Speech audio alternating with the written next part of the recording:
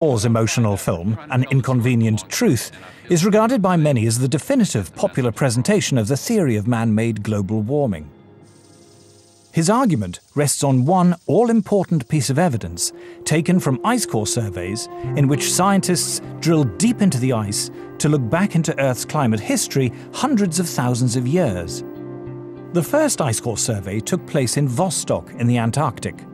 What it found, as Al Gore correctly points out, was a clear correlation between carbon dioxide and temperature. We're going back in time now, 650,000 years. Here's what the temperature has been on our Earth.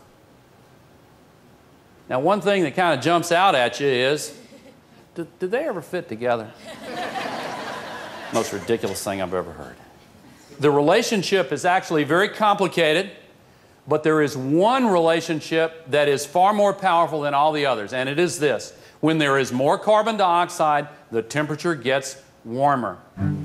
Al Gore says the relationship between temperature and CO2 is complicated, but he doesn't say what those complications are. In fact, there was something very important in the ice core data that he failed to mention. Professor Ian Clark is a leading Arctic paleoclimatologist who looks back into the Earth's temperature record tens of millions of years. When we look at climate on long scales, we're looking for geological material that actually records climate. If we're to take an ice sample, for example, we use isotopes to reconstruct temperature, but the atmosphere that's imprisoned in that ice, we liberate, and then we look at the CO2 content. Professor Clark and others have indeed discovered, as Al Gore says, a link between carbon dioxide and temperature. But what Al Gore doesn't say is that the link is the wrong way round. So here we're looking at the ice core record from Vostok, and in the red we see temperature going up from early time to later time at a very key interval when we came out of a glaciation. And we see the temperature going up, and then we see the CO2 coming up. CO2 lags behind that increase. It's got an 800-year lag, so temperature is leading CO2 by 800 years. There have now been several major ice core surveys. Every one of them shows the same thing. The temperature rises or falls, and then, after a few hundred years, carbon dioxide follows. So obviously, carbon dioxide is not the cause of that warming. In fact, we can say that the warming produced the increase in carbon dioxide. CO2 clearly cannot be causing temperature changes. It's a product of temperature. It's following temperature changes. The ice core record goes to the very heart of the problem we have here. They said, if the CO2 increases in the atmosphere as a greenhouse gas, then the temperature will go up. But the ice core record shows exactly the opposite. So the fundamental assumption, the most fundamental assumption of the whole theory of climate change due to humans is shown to be wrong. But how can it be that higher temperatures lead to more CO2 in the atmosphere?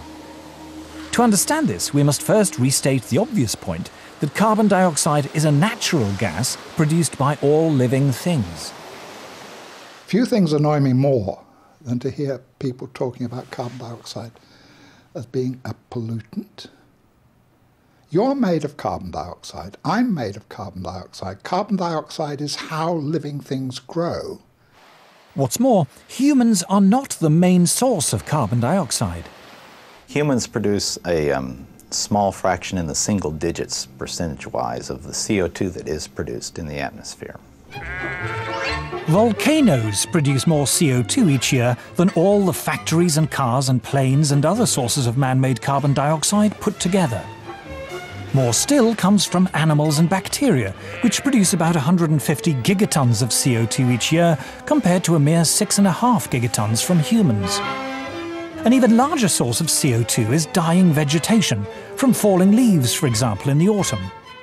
But the biggest source of CO2 by far is the oceans.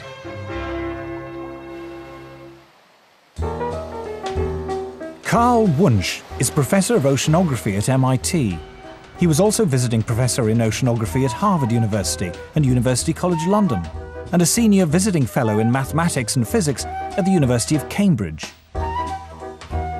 He is the author of 4 major textbooks on oceanography. The ocean is the major reservoir into which carbon dioxide goes when it comes out of the atmosphere, or from which it is re-emitted to the atmosphere. If you heat the surface of the ocean, it tends to emit carbon dioxide. So similarly, if you cool the ocean surface, the ocean can dissolve more carbon dioxide. So the warmer the oceans, the more carbon dioxide they produce, and the cooler they are, the more they suck in. But why is there a time lag of hundreds of years between a change in temperature and a change in the amount of carbon dioxide going into or out of the sea? The reason is that oceans are so big and so deep, they take literally hundreds of years to warm up and cool down. This time lag means the oceans have what scientists call a memory of temperature changes. The ocean has a memory of past events running out as far as 10,000 years. So, for example, if somebody says, "Oh, I'm seeing changes in the North Atlantic," this must mean that the climate system is changing. It may only mean that something happened in a remote part of the ocean decades or hundreds of years ago, whose effects are now beginning to show up in the North Atlantic. The current warming began long before people had cars or electric lights. In the past 150 years, the temperature has risen just over ½ degree Celsius. But most of that rise occurred before 1940. Since that time, the temperature has fallen for 4 decades and risen for 3. There is no evidence at all from Earth's long climate history that carbon dioxide has ever determined global temperatures. But if CO2 doesn't drive Earth's climate, what does?